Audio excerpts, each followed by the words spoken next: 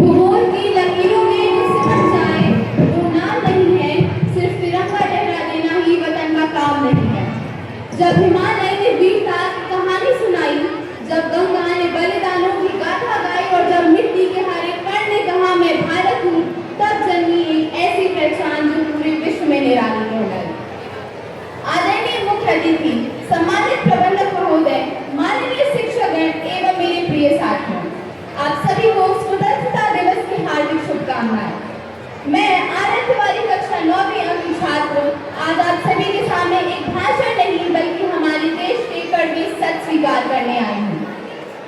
फांसी के फंदे चूमे सीने पर गोलियां खाई थी, फांसी के फंदे चूमे सीने पर गोलियां खाई थी, उन्होंने अपना लहू बहाकर हमें आजादी दिलाई थी। पर हम इसे गवा रहे हैं आपसी नफरत और लड़ाई में, देश का कीमती वक्त गवाया लालच और बुराई में। पर अब थामे के हाथ विज्ञान और तरक्की की राह चलेंगे, हम फिर से मिलकर इस भारत को महान करेंगे। आप सभी भारत को कभी नक्शे की लकीरों में मत ढूंढिएगा, वो वहां कभी नहीं मिलेगा।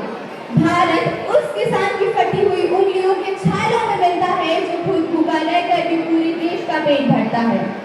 भारत उस सैनिक की ठिठुरती हुई उंगलियों में मिलता है जो -30 डिग्री सेल्सियस में भी बंदूक ताने खड़ा रहता है ताकि सिर्फ हम चैन से सो पाए।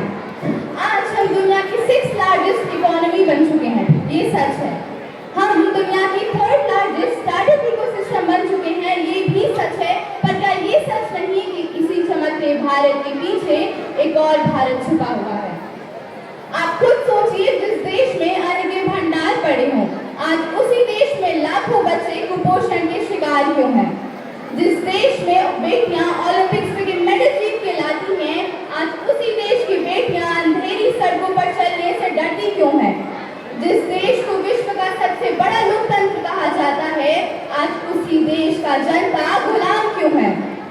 हम डिजिटल तो हो गए हैं, पर हमारी सोच आज भी उसी धर्म और जाति तक सीमित है। कहते हैं जिस देश ने दुनिया को शून्य और योग का दान दिया, बुद्ध और विवेकानंद देकर जग में ऊंचा नाम किया, आज उसी देश का युवा नौकरी की कतारों में खड़ा रहा, डिग्रियों के दुकानों पर उसका हर एक सपना सड़ रहा। कहीं अस्पतालों की भीड़ में जिंदगी अपनी बारी को तरसती है, तो कहीं इलाज के अभाव में गरीब की आंखें बरसती हैं। देश का असली विकास सिर्फ बड़ी बड़ी इमारतों में नहीं बल्कि 3 बुनियादी चीजों से बनता है: शिक्षा और रिसर्च में इन्वेस्टमेंट, कानून व्यवस्था में ईमानदारी और सबके लिए समान अवसर। हमारे संविधान की प्रस्तावना को कभी ध्यान से पढ़िएगा, उसमें लिखा है we the people of India, ना कि we the rich, we the Muslim, we the Hindu या फिर वी द पावरफुल।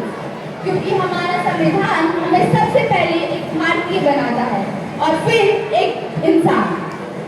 अभी हाल ही में हमने जंतर मंतर में इतिहास बनते देखा, वहां पे हमारे देश का युवा सड़कों पर बैठा था। क्यों? क्योंकि उनके भविष्य को पेपर लीक की दुकानों पर बेचा जा रहा था और आखिरकार दबाव में आकर एक मंत्री को इस्तीफा देना पड़ा और पूरा देश ये बोल रहा है कि बहुत बड़ी जीत है।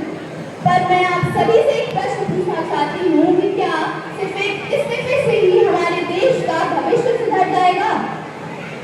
इस्तीफा सिर्फ एक सियासी रस्म है। हमारे देश का असली बदलाव तब होगा जब नागरिकों में जागरूकता आएगी। हमें चरित्र नहीं बल्कि चरित्र बदलने की जरूरत है। अंत में मैं यही कहना चाहूंगी कि अगर शिक्षक सिर्फ नौकरी ना पढ़ाए, भीतर ज्ञान की अलग जगाए, अगर नेता सिर्फ खोखले वादे ना करे, अपनी सच्ची जिम्मेदारी को निभाए, अगर बेटियां बंद कमरों को तोड़ खुले आसमान की उड़ान को जाने और अगर देश का युवा समस्याओं को छोड़ पूरी समाधान बन जाए, तो इस पावन भारत भूमि को दुनिया की सबसे बड़ी महाशक्ति बनने से कोई रोक नहीं पाएगा, इसे फिर से विश्व पटल पर स्वर्ण युग बनने से। मैं आशा करती हूँ आप सभी एक जागरूक, सतर्क और शिक्षित नागरिक बनेंगे और भारत का परचम ऊंचा करेंगे। धन्यवाद। जय हिंद, जय भारत।